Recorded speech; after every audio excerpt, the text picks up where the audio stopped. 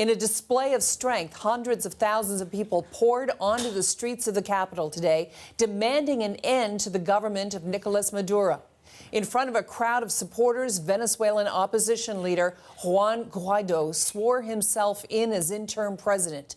Canada was quick to endorse the self-declared president.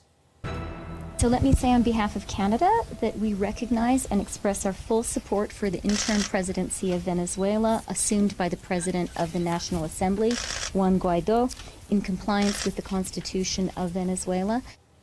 Meanwhile, Maduro spoke to his supporters on national television from the balcony of Venezuela's presidential palace. The president officially broke off relations with the United States, giving 72 hours for American diplomats to leave the country. Maduro says the opposition is attempting a coup and claims he still has the support of the country's military. The socialist leader was just sworn in for his second term, but dozens of countries, including Canada, decried Maduro's re-election as illegitimate. We'll go to Venezuela for the latest in a moment, but first, both Canada and the U.S. are among the countries denouncing Maduro's presidency, as I just said, and recognizing Guaido as the new leader. For more on the international reaction, let's go to our Laura McQuillan. She joins me now live. Laura, we heard from Chrystia Freeland. How is Canada handling this situation?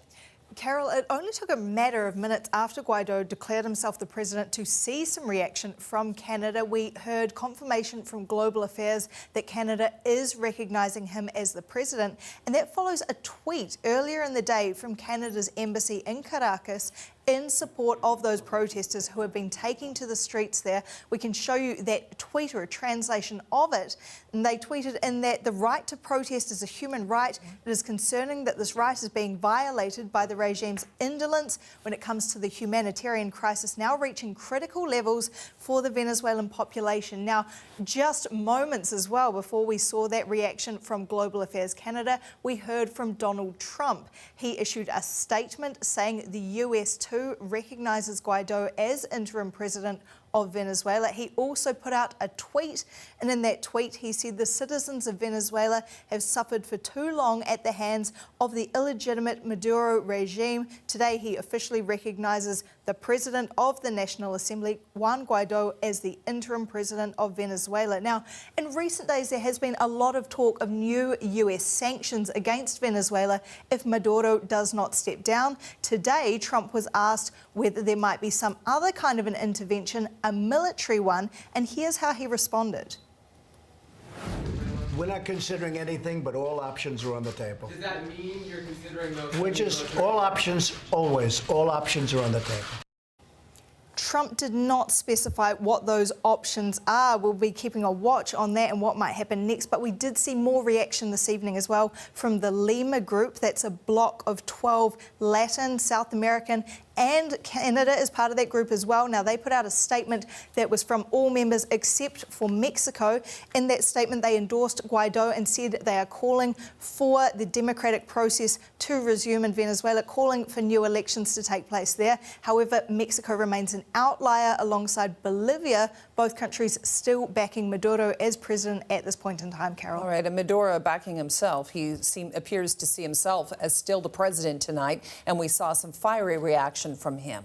That's right. We saw those pictures of him speaking on the balcony at the presidential palace, those comments on live TV in front of his supporters. And we have a translation of what he said, which included expelling US diplomats from the country, giving them 72 hours to leave. And in those comments, he said, before the people and nations of the world, as constitutional president, I've decided to break diplomatic and political relations with the imperialist US government. Now, he also likened the US's comments today to its backing of uprisings in Latin and South America during the Cold War. He name-dropped some of those countries like Brazil, Argentina, Chile, Guatemala, countries that are now supporting Juan Guaido as his successor as president.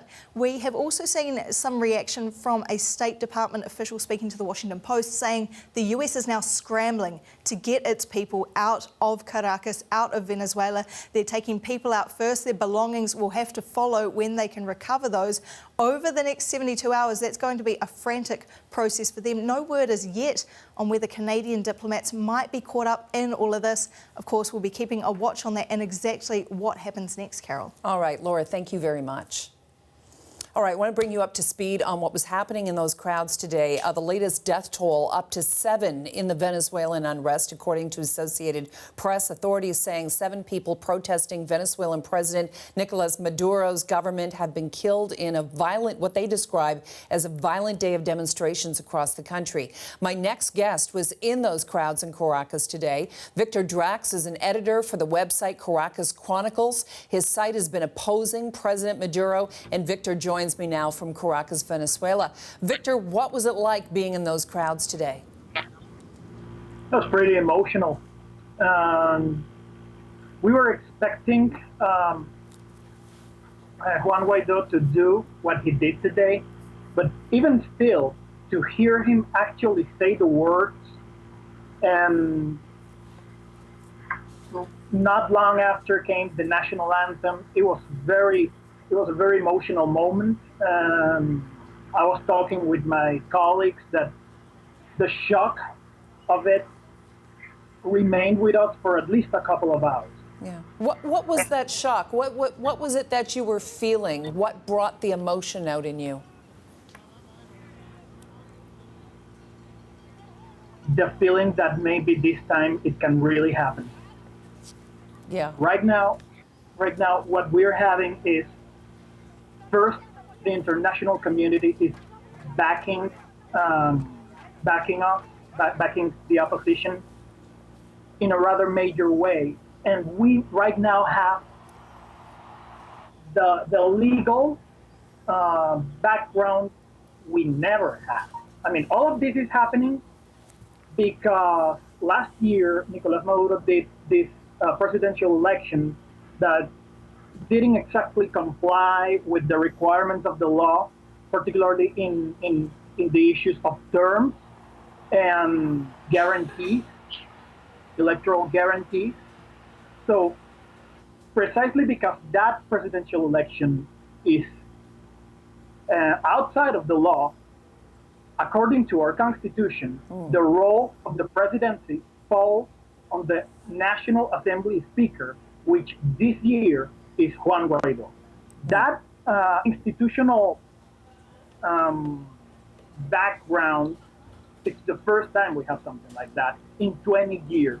In 20 years. Why do Venezuelans want to get rid of Maduro so badly? I couldn't tell you just one reason. There are so many. We have crime. It's not just what's happening in Venezuela. It's not just a thing of what Maduro has or hasn't done. It's a thing carried since the Chavez years. I mean, we have a thing of crime. Crime is particularly bad, and it used to be bad in Caracas or in some cities of the nation. Now it's everywhere. For the first time ever, in I believe since the 19th century, we have no medicine at our drugstores. You really have to make a struggle to get food, and if you get food, at which price you get food. So it's not, because the thing, Hugo Chavez himself was a bit repressive, you know. He wasn't exactly a liberal guy, but so the thing of electoral rights, of citizen rights, has always been an issue since he came into power. But since Maduro came into power, the mismanagement of the Chavista administration really came into view. And we are feeling that right now. All right, Victor Drax, editor for the Caracas Chronicles. Thank you for joining me from Caracas, Venezuela tonight.